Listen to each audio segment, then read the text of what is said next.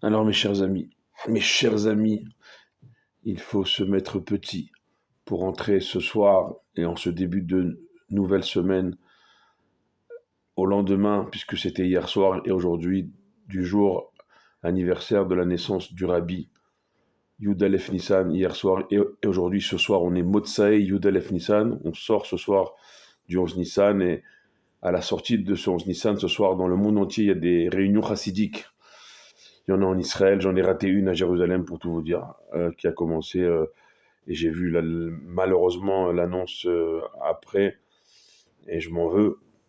Mais il y a des Fabregen partout, à Natania, à Paris, à Alfortville. Mon père, je l'ai appelé tout à l'heure, il était en plein Fabregen. Mon ami, mon frère Steven Faradji à Natania, et partout ce soir, malgré la situation en Israël, on a encore eu une alerte à Jérusalem il n'y a même pas quelques minutes, pour tout vous dire. Et pourtant, on fête le Rabbi depuis hier soir, aujourd'hui, ce soir et demain, parce que même à la sortie du jour, eh ben on continue. On continue. Le Rabbi, je sais même pas comment parler de lui en quelques minutes. Aujourd'hui, pour marquer cet anniversaire du Rabbi, j'ai été à la Sifria, la librairie Chabad de Yerushalayim, Echal Menachem, Rechov Yeshayahu, et pour Pesach, Teilat Hashem, le Chaga Pesach. Et également la Haggadah, bien sûr, la Haggadah de Pesach du Rebbe, Haggadah shel Pesach Admor Milyubavitch. Également, on a pris également le Likutei Torah de l'Admor Azaken, Rabbi Shneur Zalman, sur Pesach et même Shavuot. Et également, on a pris les deux Dvar Malchut. Dvar Malchut pour la Shavua, la semaine de Pesach jusqu'à Shabbat, et le Dvar Malchut suivant, la semaine de Shvi Shel Pesach et de Shabbat Shemini la semaine prochaine. Donc on a dans ces deux Dvar Malchut tout ce qu'il faut pour passer toute la fête de Pesach du début à la fin avec les enseignements du Rabbi. Et en vérité, comment on peut parler du Rabbi en quelques minutes? Comment on peut? C'est quasiment impossible. C'est pas quasiment, c'est impossible. Impossible de parler du Rabbi en quelques minutes. Le Rabbi, pour commencer, quand il était dans le ventre de sa mère, la rabbinite Hana, elle a reçu des directives du Rabbi Rachab, le Rabbi Shalom Douber, le Rabbi Shalom Dovber, le père du Rabbi précédent, Rabbi Yosef Yitzhak, et le grand-père de la rabbinite Chayamushka, qui deviendra l'épouse du Rabbi. Le Rabbi Rachab, qui était donc le 5e Rabbi, quand la mère du Rabbi était enceinte du Rabbi, il a personnellement donné des consignes à la mère du Rabbi comment se comporter. Alors bien sûr que la mère du Rabbi, c'est une tzadékette, mais encore plus particulièrement, pourquoi?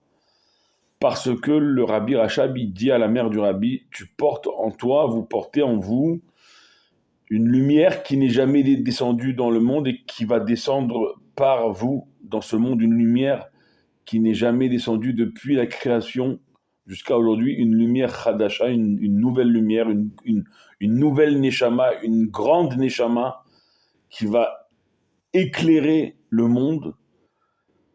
Et donc, il faut se comporter. Déjà, bien sûr que la rabbinite Hana, la mère du Rabbi, c'est sa déquête, mais plus encore parce que vous portez en vous une lumière incroyable. Comme ça, le Rabbi Rachab, il disait avant même la naissance du Rabbi. On sait très bien, plus tard, la proximité incroyable entre le fils du Rabbi Rachab, le 6e Rabbi, Rabbi Yosef Yitzhak, le futur beau-père du Rabbi, combien il était proche de son futur gendre, de son gendre, et combien les mots du Rabbi Rachab et l'attachement du Rabbi Rayatz se sont révélés, ont explosé aux yeux des Juifs et aux yeux du monde quand le Rabbi est devenu Rabbi 1 an après la Istalkut de son beau-père, le Rabbi précédent, en 1950. En 1951, le Rabbi, par le Mahamar Bati les Gani, le Yudjvat, il est devenu Rabbi. Et jusqu'à aujourd'hui, jusqu'à la Géoula, c'est notre Rabbi. Le 7e, Kol Hashvin, Chavivin, tous les 7 sont chéris, sont les préférés, comme on voit avec David Amelech, le roi David, qui était le 7e depuis Avraham Avinu. C'est le Melech Israël. Le Rabbi sont les initiales de Rosh Béné Israël, c'est la tête des enfants d'Israël. Et le Rabbi, en fait, dans notre génération, c'est celui qui, au lendemain de la Shoah, dans un monde fracturé en deux à l'époque, comme 1951 par le communisme, et qui jusqu'à aujourd'hui, à toutes les guerres d'Israël, jusqu'à aujourd'hui, jusqu'à la guerre que nous vivons actuellement, par les Igerot Kodesh, et parce que le Rabbi, comme tous les tzadikim, est toujours avec nous. Il continue, le Rabbi, à donner ses directives. Il y a des histoires sans fin sur des lettres que des Juifs écrivent encore aujourd'hui au Rabbi. Le Rabbi répond. C'est des histoires vraies. Je vais vous raconter une histoire. Une histoire vraie que moi, personnellement, j'ai vécue. Moi, personnellement. Et moi, avec 45 de mon groupe avec qui on a été... Moi, en tout cas, personnellement, si c'était la première fois de ma vie que j'allais chez le Rabbi, c'était 1 mois avant que je revienne vivre en Israël. En janvier 2024, le Yudjvat, pour le Shabbat Yudjvat Tafshin Pedalet. Et là-bas, à cette époque, au OL, quand on est arrivé, on est arrivé jeudi soir, on est allé au OL vendredi, il y avait un monsieur avec nous, en jean, on ne savait pas trop qui c'était, qui a, comme tous les juifs, veille du Shabbat où le Rabbi est devenu Rabbi, veille du Shabbat aussi, bien sûr, de la Iloula de son beau-père, le Rabbi précédent. Ce juif-là en jean, il parlait hébreu, donc on s'est dit qu'il est israélien, il a déposé au OL une demande, comme nous tous.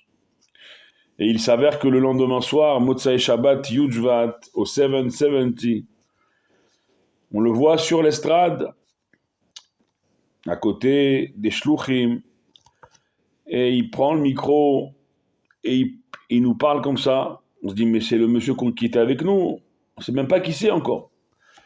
Il dit, sachez que au Kippour de l'année 2023, je me suis opposé aux Juifs qui priaient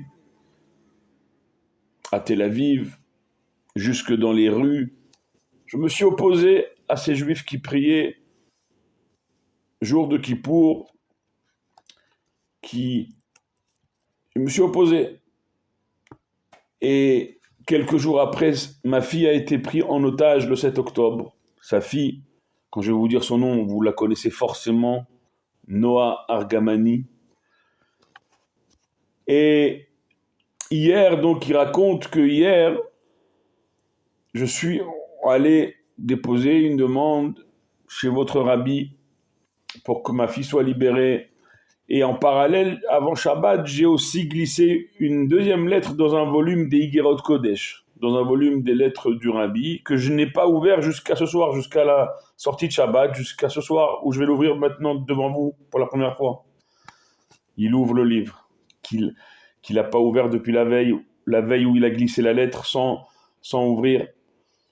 Il ouvre le livre devant nous. Écoutez bien, j'ai été témoin de ça. Et 45 de mon groupe, jusqu'à aujourd'hui, on en parle. C'est à devenir fou. Les mots qu'il lit en ouvrant, après avoir glissé sa lettre la veille, il n'a pas ouvert le livre tout le Shabbat.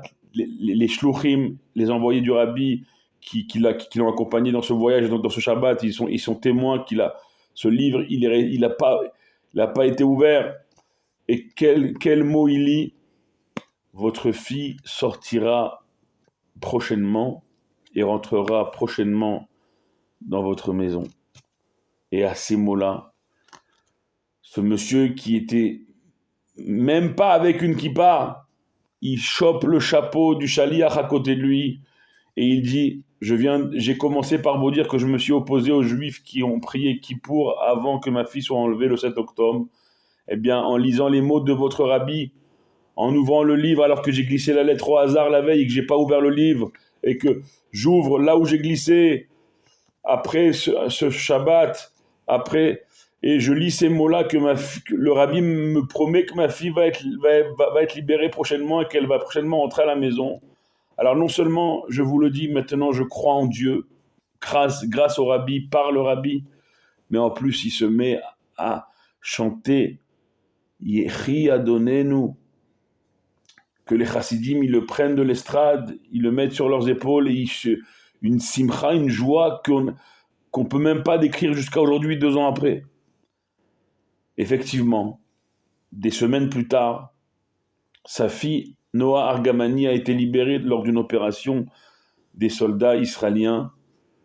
Et le premier voyage que son père a voulu pour sa fille, il l'a emmené tout de suite, sans tarder, au OL à New York, pour que sa fille, avec lui, dise merci au rabbi. C'est une histoire que j'ai été témoin. C'est une action du rabbi qu'on a été témoin en 2024, il y a 2 ans. Et qu'effectivement, Noah Argamani aujourd'hui est libre par la bracha du rabbi. Et cette bracha du rabbi, elle a rapproché son père, un juif, et sans doute toute la famille, de Dieu. De Dieu. Ça, c'est ça le rabbi. C'est une histoire que j'ai vécue, et il faut raconter des histoires qu'on a vécues ce soir-là. Il faut que chacun, le lien qu'il a avec le rabbi par une histoire qu'il a vécue, il faut la raconter. Il faut raconter le lien qu'on a avec le rabbi. Bien sûr, aussi étudier les enseignements du rabbi à travers les livres de Torah que si on peut, il faut en acquérir et étudier la Torah du rabbi. Une Torah principalement d'Ahavat Israël, d'amour du prochain, d'amour de chaque juif tel qu'il est. Et comme le rabbi aime à le dire, aime à reprendre les mots du rabbi Maharash, du rabbi Shmuel, 4e rabbi, les Chatrila Hariber. Il faut, les Chatrila a priori Hariber, sauter, faire le saut, faire ce dernier saut, ce Pessah, comme Dieu qui a sauté les maisons juives pour les épargner lors de la dernière plaie en Égypte. Nous, on doit sauter à notre Géoula. Le rabbi nous donne les forces. Hier soir, aujourd'hui, ce soir, jusqu'à Pessah, parce que le rabbi dit un temps juif, c'est 3 jours avant et 3 jours après. Donc 3 jours après, aujourd'hui, que c'était le 11 Nissan, ça nous amène à Pessah. Donc, en Pessah englobé, on est avec les forces du rabbi. Le rabbi nous donne les forces pour ce Pessah amener notre délivrance. Baruch Adonai Leolam. Amen ve Amen.